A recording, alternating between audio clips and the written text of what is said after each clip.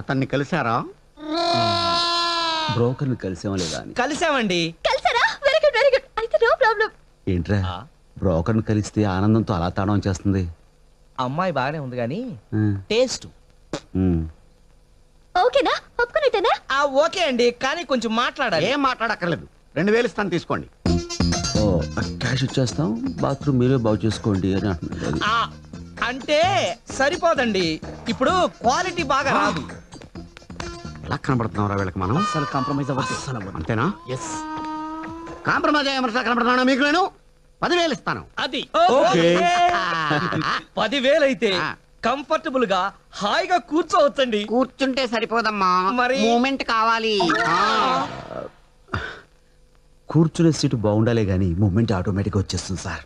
మీరు అలా కూర్చుని మూమెంట్ స్టార్ట్ చేయగానే మా అమ్మాయి కెమెరా పట్టుకుని అలా షూట్ చేస్తుంది.